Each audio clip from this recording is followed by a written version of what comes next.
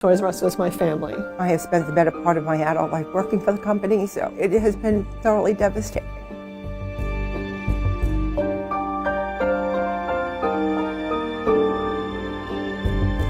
$30,000 workers are losing their jobs. The whole company is going to liquidate. Now, my understanding is that financially Toys R Us was actually doing fairly well. Is that the case?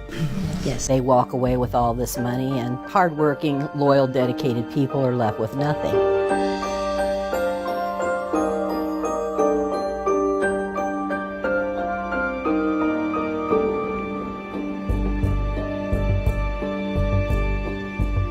We saw the changes when 2005 came in and they took over. We went from public to private owned. The company just didn't seem to care anymore. It was harder and harder to get that family feeling, know that we were going to be taken care of. And you saw a big change?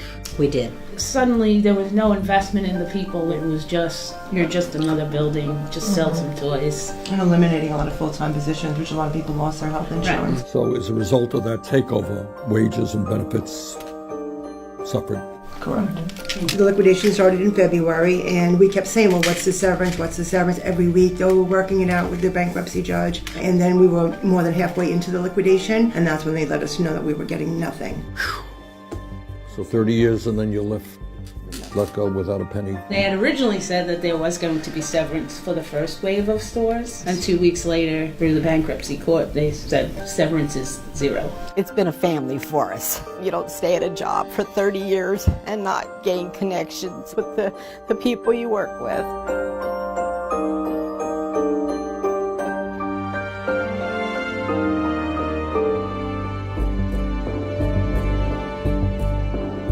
The people that have been there for so many 30, 40, 50 years, now they're sitting around looking like, well, what else am I going to do? I want to be able to know that in some way my future is certain. And with the way that retail is looking right now, it's kind of frightening. I want to be able to put my whole self into a company, but then it's like, how can I be excited for the future when people have spent their 30, 40, all of their lives with a company, and then in the end, stuck like, well, what do I do now? You're making a very important point, and that is when people on the top treat working people with such contempt, people are going to say, why am I going to do my job? Why am I going to go the extra mile, right?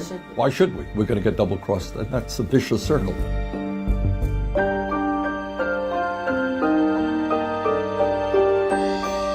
I'm unemployed right now. I was in the first wave of the first 180 stores that were closed. We were sold a bill of goods because they said in September when they filed for Chapter 11 that we were regrouping, everything was going to be fine, we were all going to be fine. It just put a really ill feeling in my mouth to ever work for retail again. All I know, for 20 years I started as a part-time sales associate. It's a hell of a way to treat people. It's sickening. It's sickening to have people that bend over backwards their whole life and to just have it ripped right from under their feet.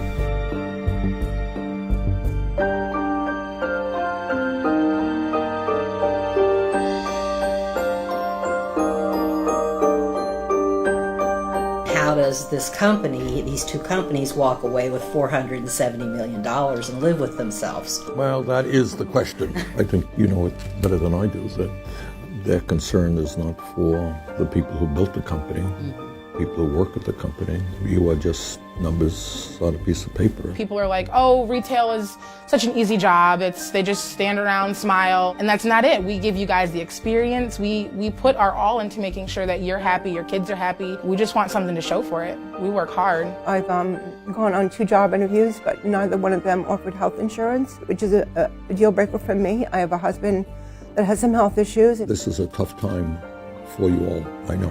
What you're doing is sharing your experience, and there are people who are going to watch this, they're going to start nodding their head because they're going through the same experience.